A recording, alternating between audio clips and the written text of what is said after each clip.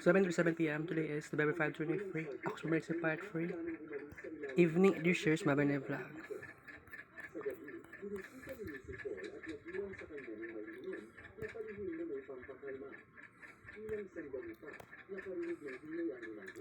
Mag-imo pa din kong 3,000 plus na kids paint pictures so niya para sa assumption moments for tomorrow.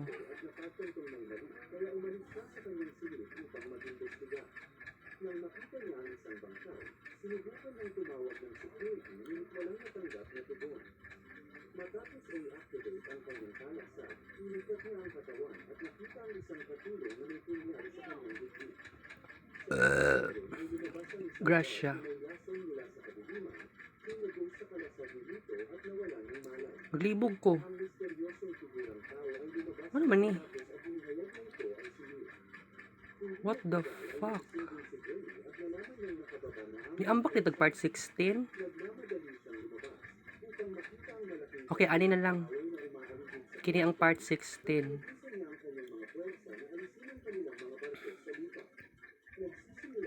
Kini ang part 15. Buang-buang man ni.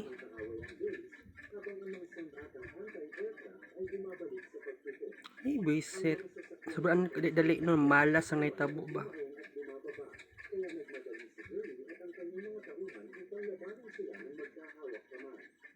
Sa mga taong nakikita, pinipigilan ng isang pangkat ng mga lalaking at ladies ang mga mananakot, ngunit bigla silang napaligutan at umito ng sardito. Balik kong dito, nagising siyang hindi makagalaw. Ipinaliwanag niyo na nakipagkasundo sa Baron para pilitin. Okay, wait lang ha. Naglibog ko. Ano sa mani? December 24. Lah. Baligtad kaayo. Nakapuyaan ni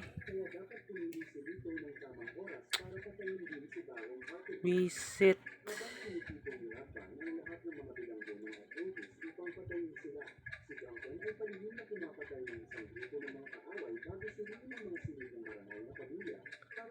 Nah, nagsayang tag-oras yawa.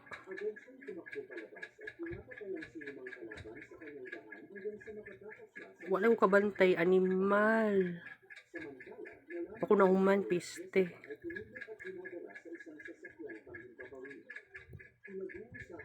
Buisit. Wait lang ha.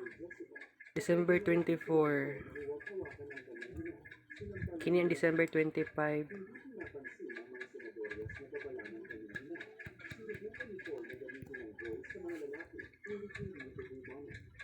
Nagkasama ng sundalo na sapat na ang layo nila sa desierto kaya itapon nila si Paul at isang desperado Jessica ang nagsumadorias kay Paul para gamitin ang tamang pagbilang. Sa pag-concentrate, pinanitili ni Paul ang voice at sa pagkakataon nito ay bumanong ito. Pinalis ng sundalo ang takot ni Jessica na nagpapahintulot sa kanya. Nah, wata ka bantay, kamalas sani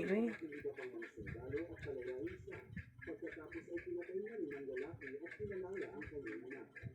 Sa lalong madaling panahon ng sasakyan panghimpapawid ay binaon sa desierto, ngunit ang kaaway ay namamahala na tila lumito sa malayo, kaya't mapapanood lamang ni Paul at Jessica kung paano nasusunod ang lungsod sa malayo. Pagkatapos ay nakahanap sila ng survival kit na may note mula kay Luna nagsasabing may upgrade isbukan ng ito. Nga ang imong magdadali lagi ba? Kung nalipay yan niyo piste. 150.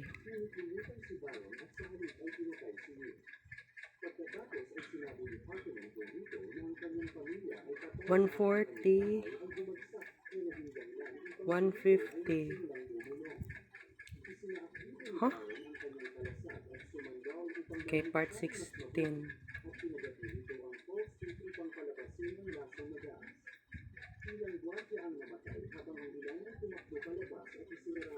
Naglibog lagi ko yawa. Kini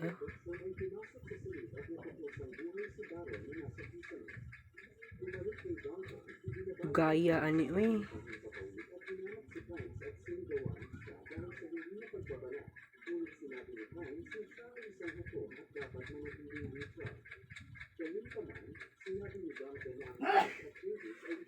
Diyos ko. Okay. Nagtatago sina Paul at Jessica sa tent habang regular na tumutunog ang outrageous beacon. Si Paul ay hindi sinasadyang siniksik ng ilang pampalasa at may isa pang pangitain tungkol kay Simon na nagpapakita sa kanya ng isang mahusay na labanan. Yan ako i-upload tanan-tanan ni guys.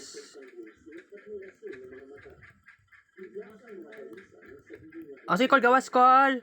Payong mama Col. Ha? Dili ka?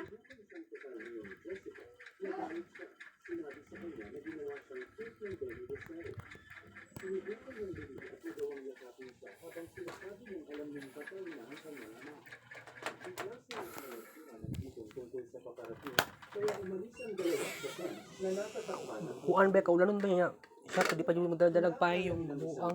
Ang naging sanhi ng alarma, ngunit sa sandaling iyon, dumaong ang isang sasakyang pakumbaba. Okay, gitilapan na ko. Ako ning gitilapan ni Kasa. Na magoy mantika, ganahan kong mantika ani ba.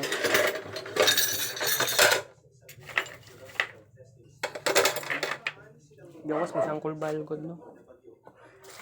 Kini guys, dili na ko ni hugasan, napanay mantika no. Kaya wata kabalo basig magluto pag nirito. Unya sila ang kulbal.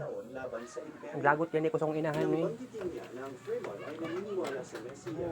Sinabi ni Times na ito ay papatibig lamang. Wala, ako pa yung magkuha ani. Sige, ako sa wait lang nga, wait lang. At sinabi na nakita Kaya kuhaan sa ako yung sinampay, dilawas. Sinabi rin niya na bilang emperor ay kaya niyang gawing paraiso ang Arrakis. Sa sandaling iyon, nahanap ng kaaway ang istasyon at nagsimula ang labanan sa pagitan nila at ang mga bantay ng Freeman. Narinig ni Duncan ang ingay at binuksan niya ang pinto upang makita ang labanan sa bulwagan, kaya't binati niya si Paul bago lumabas para sumali sa labanan, nilock ang pinto sa likod niya. Si Duncan ay nakikipaglaban ng may kamanghamanghang kasanayan at pinabagsak ang ilang mga lalaki, ngunit nakalulungkot na siya ay nalampasan at kalaunan ay bumagsak. Samantala, pinasunod ni Kynes sina Paul at Jessica sa likod ng pinto. Ang mga sundalo ng kaaway ay nagpaputok sa nakalak na pinto, kaya ang trio ay kailangang umiwas sa pag-atake habang sila ay tumatakbo. Biglang isiniwalat ni Duncan na siya ay buhay at inatake ang mga sundalo na nagbibigay sa kanyang mga kaibigan ng pagkakataong makatakas bago siya mamatay ng tuluyan. Sa sandaling nasa labas, sinabi ni Kynes kina Paul at Jessica na tumakas sa sasakyang panghimpapawid na nagbibigay kay Paul ng payo kung paano lumipad sa bagyo at hanapin ang Freeman.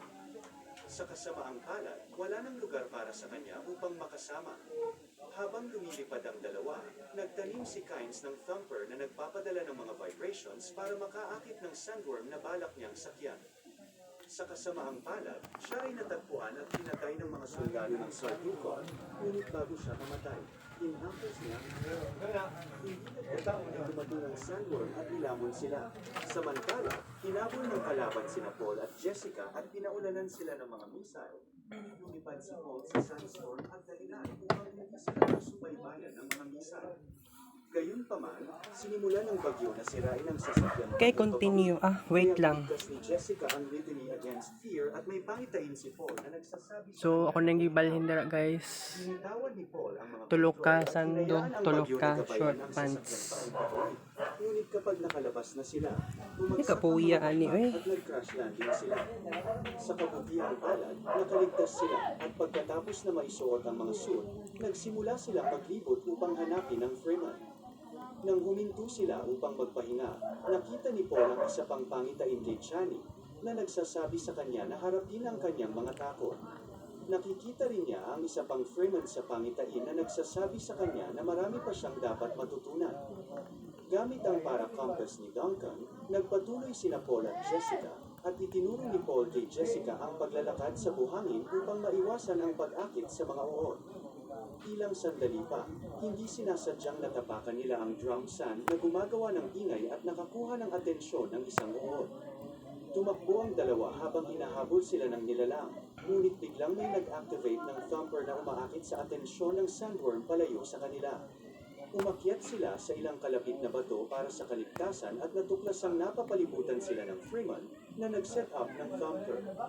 Kasama nila si Stilgar at sinabihan ng kanyang mga tao na huwag hawakan si Paul. Gayunpaman, sinabi ni Jomis na ang bata ay mukhang isang mahina at hindi maaaring maging mesaya kung kailangan siyang iligtas.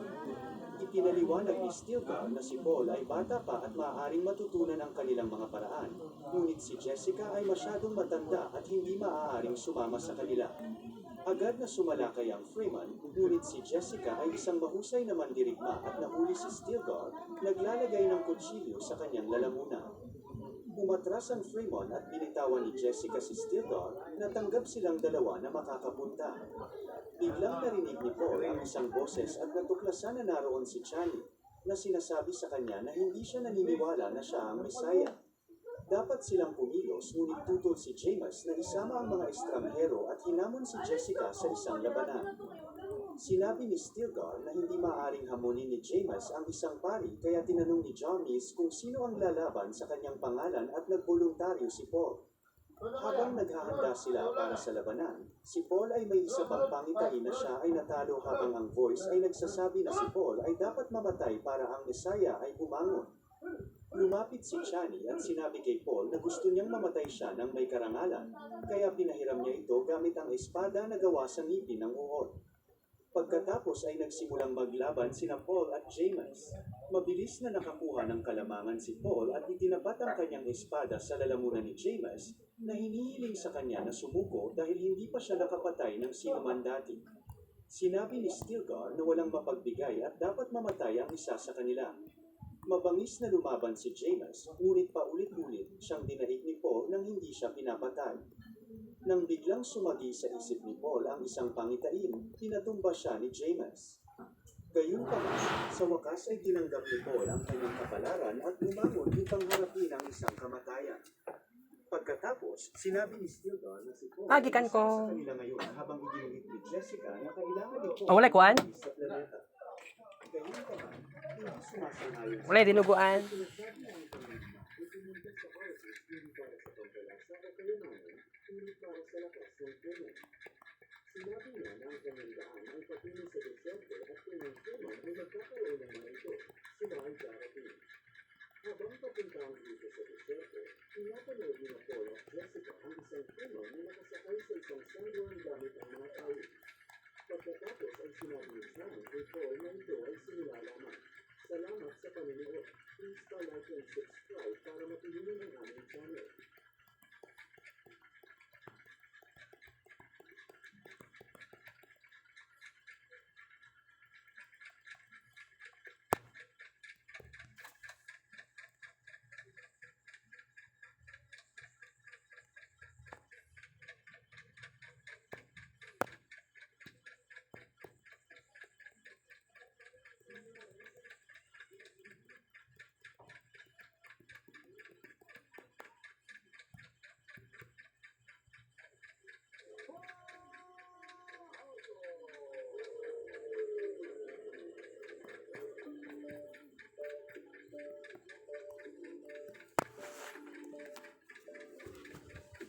Ang pagdaloy sa ibang bansa para makakuha ng mas mga tinyagan ang isa sa mga anak at ang isang mga pinil at sinurong na nangangais pang mas makakilala sa mundo ng professional vaccine. Ako nakisal ka na sa kalaking hamon dahil tayo pa lang sa teritoryong maliit at maradas ang sinunsay ng mga nangyari sa basakan na nakilala ito sa moral at karansan ng isang bakilero. Lalo sa pinanalo ka sa laban, kaya ang hindi sa nila inaasahan. Ito ang sitwasyon hirap ng ating kababayan si Luis Fajardo ng San Francisco Admission Vaccine. Matapos itong dumayo sa Dubai ng American National Association para harapin ang South Korean world-rated Argentinian champion at may undefeated na si Agustin Roberto. Anong kaya ang marilis na siya rin din si Reyes at Edwin Bernal. Si Berto ay hindi bilang pag-aaral sa ibabaw ng lana. Sa kanyang edad ng 24, maraming kampiyonato na ang nilaban ng Argentinian soccer. Kabilang niya ang South American Players Open, ang WBO Latino Light Players at IBF Youth Light Players Open. Kabilang ang Wow. International Light Players Open. Kaya naman hindi pa sa katakang hawak mo sa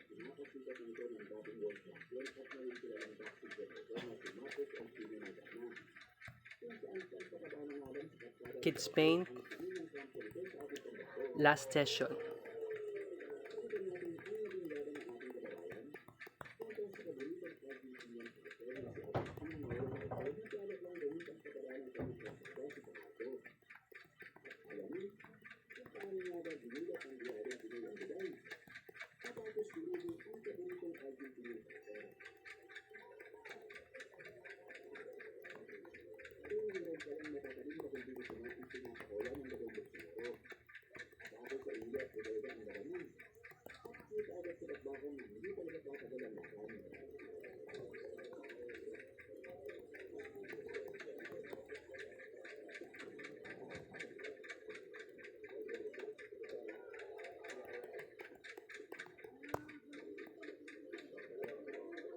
Atay ra. Sobraan og isa.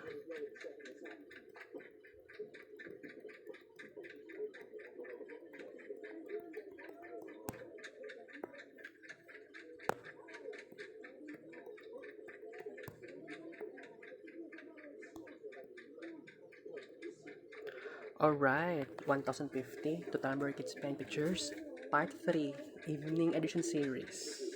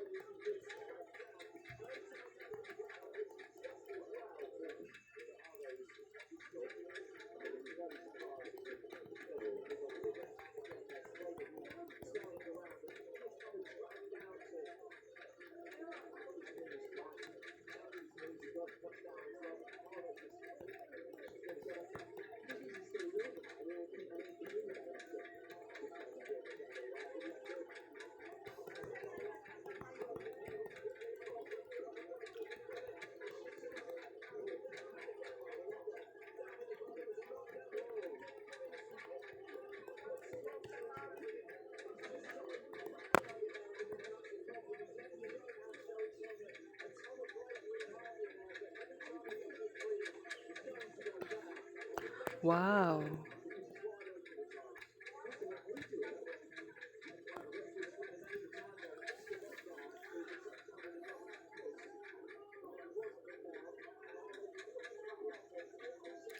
Siguro makumpleto na ko ni tanan siguro mga before 10 PM kay apilon pa rin ako tong isa ka vlog dedication 3,000 plus for tomorrow gani ugma sa 10 AM kay wa may klase ugma 10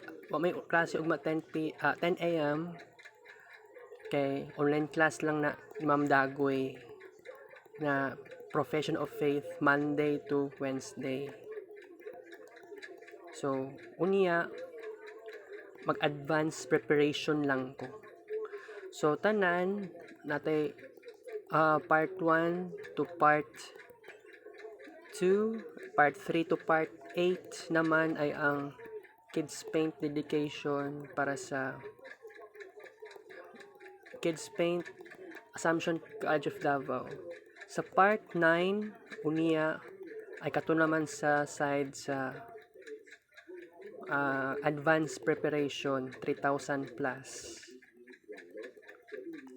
So tan-awon ninyo unya kaabang-abang ito guys. Although lobat ang cellphone, okay lang.